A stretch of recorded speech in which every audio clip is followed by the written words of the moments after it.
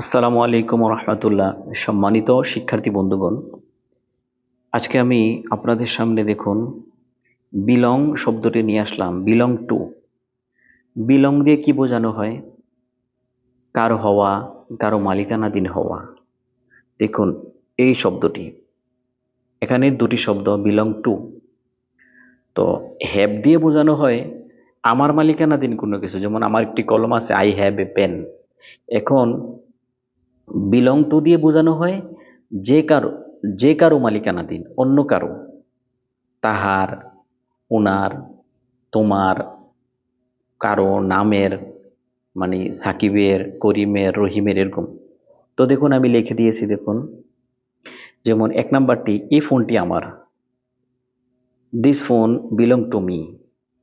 এখানে যদি আপনি এভাবে বলেন যে দিস ফোন, আমার একটি মোবাইল আছে, I have a mobile phone, আমার একটি মোবাইল আছে, এখানে বলা হচ্ছে এই ফোনটি আমার। তো এখানে কিভাবে, this phone belong to me, এই ফোনটি আমার। তারপরে দুই নাম্বারটা দেখুন, এ বাড়িটি আমার চাচার, এই বাড়িটি আমার চাচার। The house belong to my uncle. তো এ বাড়িটি আমার চাচার, এই বাড়িটির জায়গায় গাড়িটিও হতে পারে, এই বিল্ডিংটি হতে পারে, এই দোকানটি হতে পারে, এই মার্কেটটি হতে পারে। বাস আপনি যেটা এখানে বলবেন, যেমন এই মার্কেটটি আমার চাচার, the market belong to my uncle.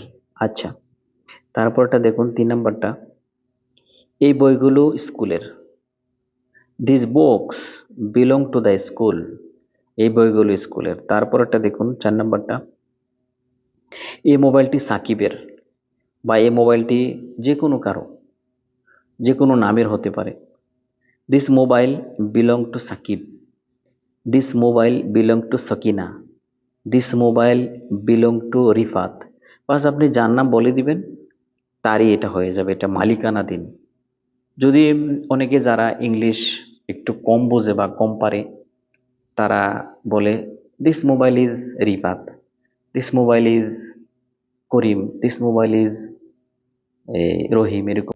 This pen belong to Sakib, this car belong to Sakib, বা সাকিবের জায়গায় যে কোনো নাম দিতে পারেন, তাহলে এর বাক্যটা সঠিক হয়ে যাবে। এবং এবং এভাবেই নেটিভরা বলে থাকে। যদি আপনি এই শব্দগুলোর ব্যবহার না জানেন, যেমন আমি প্রতিদিন আপনাদেরকে এভাবে এক একটা ওয়ার্ড, এক একটা শব্দ দিয়ে আমি বাক্য তৈরি করে দিচ্ছি, এগুলো মনোযোগ দিয়ে দেখতে থাকুন, নিয়মিত দেখতে থাকুন, আমাদের সঙ্গে থাকুন, ফলো এবং সাবস্ক্রাইব করুন।